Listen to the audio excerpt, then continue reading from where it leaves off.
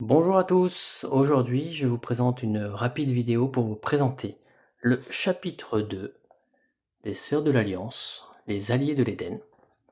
Donc je vais vous présenter assez rapidement les nouveautés. Vous n'êtes pas obligé de regarder la vidéo si vous voulez garder la surprise, mais voilà, pour les petits curieux, je vais vous présenter un peu tout ce qui va se faire de nouveau dans ce chapitre 2. Donc dans un premier temps, vous allez avoir des nouvelles cartes actions.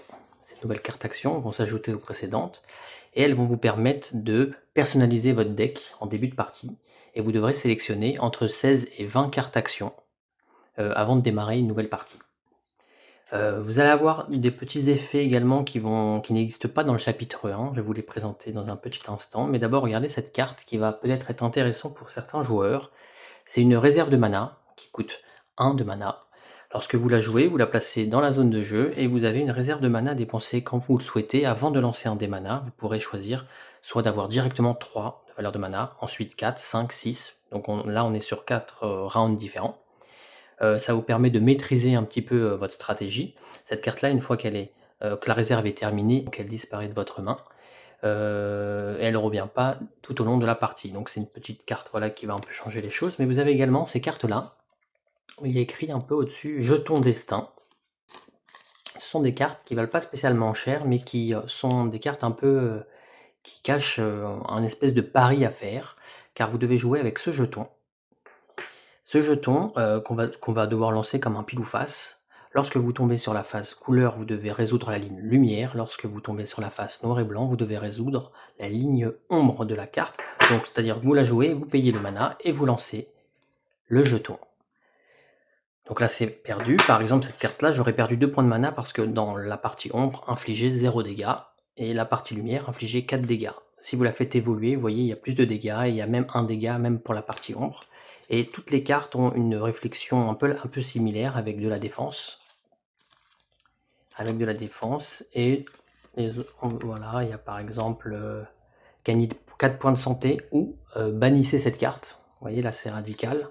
Si vous la faites évoluer, gagnez 6 points de santé ou bannissez cette carte.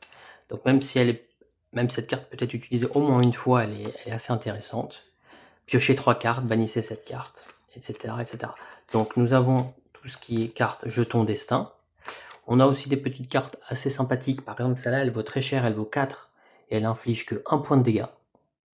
Donc c'est une carte qui ne va pas servir à grand chose, mais lorsque vous allez la faire évoluer, les chiffres sont inversés, elle vaut 1 et elle inflige 4 points de dégâts.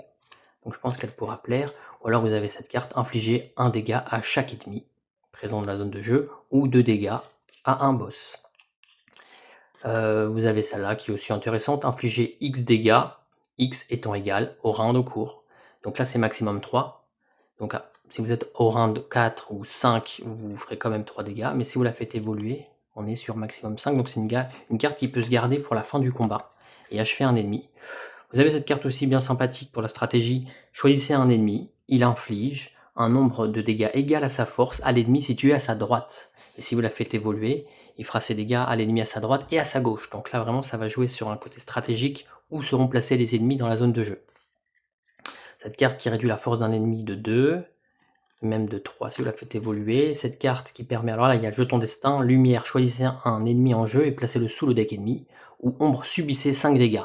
Donc elle vaut pas cher, elle peut vous sauver la mise, mais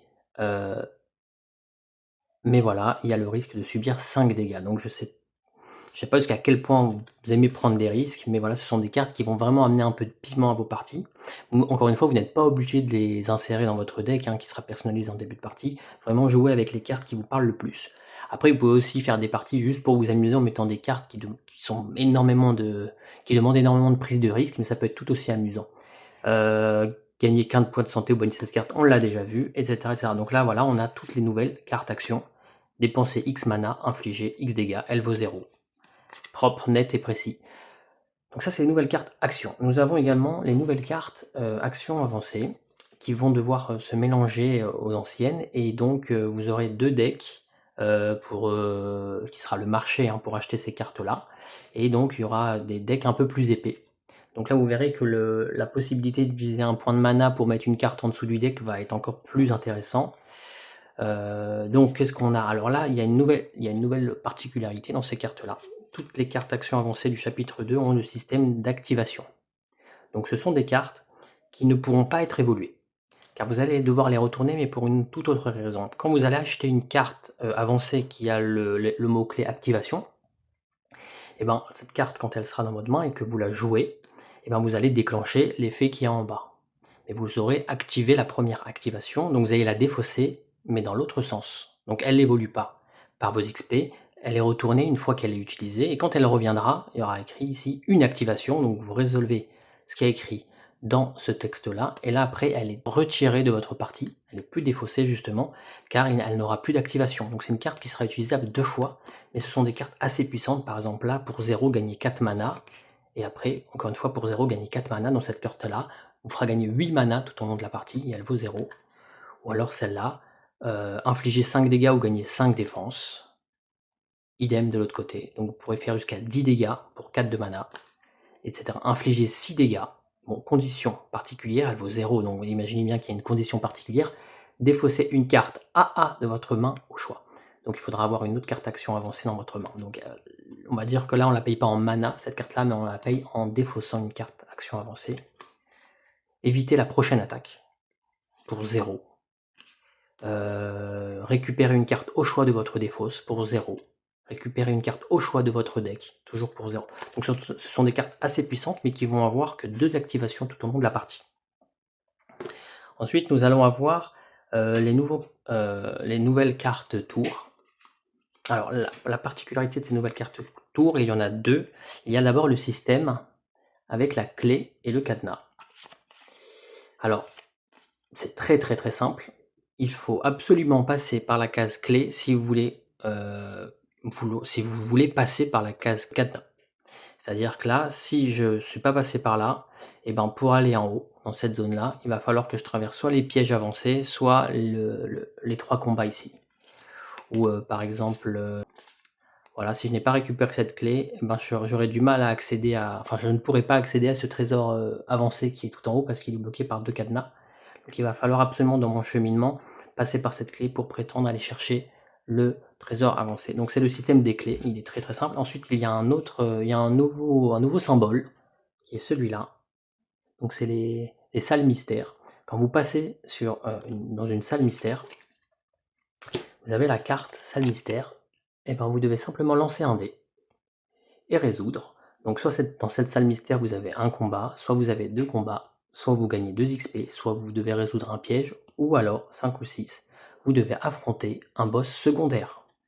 Donc j'en avais déjà un peu parlé des boss secondaires, ils sont là, il y en a 4 dans le chapitre 2. Ce sont des mini-boss Ce sont des mini-boss que vous devez affronter pendant votre partie, qui sont un peu moins forts que les boss. Ils vont avoir moins de barres de santé, moins d'attaque. Et lorsque vous battez un boss secondaire, par contre vous devez le battre de la même manière qu'un boss classique avec le système des dés, vous devez faire défausser un à un, etc. Lorsque vous battez un boss secondaire, vous gagnez juste après, quoi qu'il arrive, un trésor avancé. Donc ça c'est le petit bonus sympathique. Quand vous devez résoudre un boss secondaire, vous devez en choisir un au hasard, plus un second, qui va vous annoncer dans quelle salle se passera le combat, et dans chaque salle, vous allez avoir des effets négatifs ou des effets particuliers qui vont modifier en tout cas votre façon de jouer le combat. Donc ce sont des salles propres aux boss secondaires. Quoi dire d'autre sur les boss secondaires? Voilà, si vous devez résoudre un second boss secondaire dans une même partie, et ben vous n'avez pas à le faire parce que vous pouvez combattre qu'un seul boss secondaire par partie.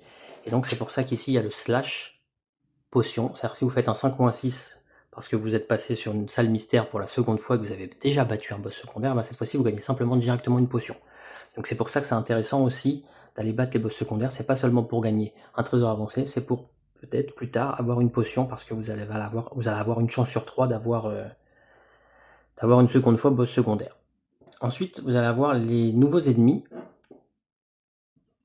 qui vont avoir des nouveaux mots-clés, par exemple résistant 2, résistant 1, donc là le mot-clé est assez basique. Les 2 premiers dégâts que vous lui faites lors d'une même attaque, ils ne sont pas comptés, donc il va falloir le frapper bien plus fort que ce qu'il faudrait s'il n'avait pas ce mot-clé. Vous allez avoir les ennemis qui vont avoir le mot-clé poison. Et là, ça va faire entrer en jeu le deck de cartes poison. Lorsqu'un ennemi vous touche, vous fait des dégâts, et qu'il a le mot-clé poison, à chaque fois que cet ennemi vous touchera, vous devez prendre une carte au hasard du deck poison et l'insérer à votre deck action. Et en fait, cette carte-là, elle va un peu parasiter votre main. Déjà, lorsque vous allez la piocher, alors pas lorsque vous allez avoir la carte poison ajoutée dans votre deck, là il ne se passe rien de spécial, mais lorsqu'elle va arriver dans votre main, puisque forcément elle va finir par arriver dans votre main, vous allez devoir résoudre absolument cette petite phrase qui va faire des dégâts. Par exemple là, après avoir pioché cette carte, subissez 3 dégâts imparables. Donc là, ça va faire mal. Et vous devrez dépenser les manas nécessaires pour la remettre dans le deck poison. Et elle ne reviendra pas dans votre deck. Si vous ne faites pas ça, vous pouvez, comme habituellement, la défausser en début de tour pour récupérer un pot mana, car elle a un peu le même statut qu'une carte action à ce niveau-là. Mais justement, puisque vous l'avez défaussée, elle reviendra forcément, donc vous allez encore subir les dégâts. Donc vaut mieux jouer les points mana, vous allez voir, elles n'ont pas toutes le même coût. Si le deck poison est vide, c'est-à-dire que les 4 cartes sont dans votre deck et vous devez subir un dégât poison, il ne se passe rien. Bien évidemment, vous avez déjà de quoi faire dans votre deck avec ces 4 cartes qui vont se balader. Nous avons également le mot-clé explosion. Donc là, c'est un mot-clé très simple. Lorsque vous battez cet ennemi, au moment où vous l'avez battu, il explose et il vous inflige 5 points de dégâts directement, que vous pouvez défendre immédiatement en jouant et en payant une carte défense à ce moment-là qui est d'au moins 5, sinon vous devez réduire. Vous avez le mot-clé protecteur. Donc, à l'inverse du mot-clé caché, c'est quand il y a un ennemi qui a le mot-clé protecteur, c'est l'ennemi que vous devez combattre en priorité avant de pouvoir battre les autres. Parce qu'il protège, on va dire, ses petits camarades. Donc ça, c'est les nouvelles cartes ennemies. Vous allez avoir plein de nouvelles salles. Avec plein de nouveaux effets. À la fin de chaque round, bon, la salle du chaos. À la fin de chaque round, défaussez toutes les cartes de votre main, puis pionchez-en autant. Vous allez voir, ça va faire de jolis effets intéressants. Chaque fois que vous jouez une carte de votre main, subissez un dégât, sauf si elle coûte 2 mana ou plus.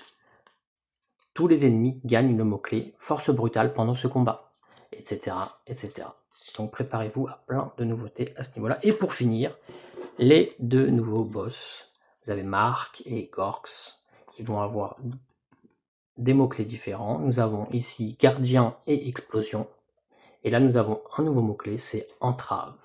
Je vous laisserai le découvrir, ce mot-clé, qui va bien vous mettre des bâtons dans les roues lorsque vous aurez la boîte entre vos mains. Et bien évidemment, les salles du boss final. Donc c'était une petite présentation rapide du chapitre 2 des Sœurs de l'Alliance, les Alliés de l'Éden. Donc voilà, c'était juste pour vous donner un peu envie de patienter encore un peu avant d'avoir cette boîte entre vos mains. Je vous souhaite à tous un très bel été et à très bientôt.